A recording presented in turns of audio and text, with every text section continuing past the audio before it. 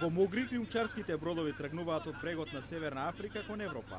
Нема гаранции дека ќе стигнат. Изминативе години десетици илјади мигранти се удавиле или умреле од глад или дехидрираност. А Андреа Ди Никола, професор по криминологија на Универзитетот Тренто во Италија, патувал ширум Африка и на Блискиот Исток да ги интервјуира трговците со луѓе. Гласот на Америка зборуваше со него на железничката станица во Милано, големо собиралиште за мигрантите.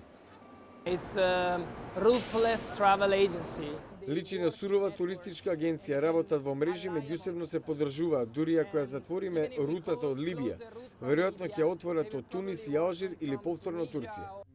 Европа повика на акција против трговците со луѓе. Аналитичарот Рикардо Фабијани вели дека тоа ќе биде тешко, но не и невозможно. The use of drones, for example, Може да се користат безпилотни летала, на пример, за лоцирање на инволвираните во бизнисот на криумчарење. Од друга страна, Италија и другите европски држави имаат разузнавачка мрежа во Либија на која може да се потпрати. Но трговците со луѓе се дел од меѓународните криминални синдикати кои вртат големи пари, вели Андреа Де Никола. The United Nations estimate up to 10 billion. Обединетите нации проценуваат над 10 милиарди долари. Еден пакистанец во Италија може да криумчари 700 мигранти и од секого да наплати по 7.000 евра.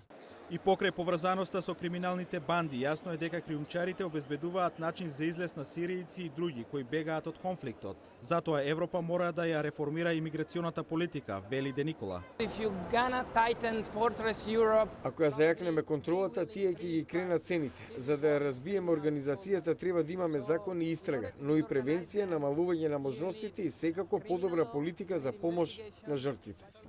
Во Европа е во тек дебата како да се постапи среде навалицата од мигранти, особено што се работи за легитимни бегалци.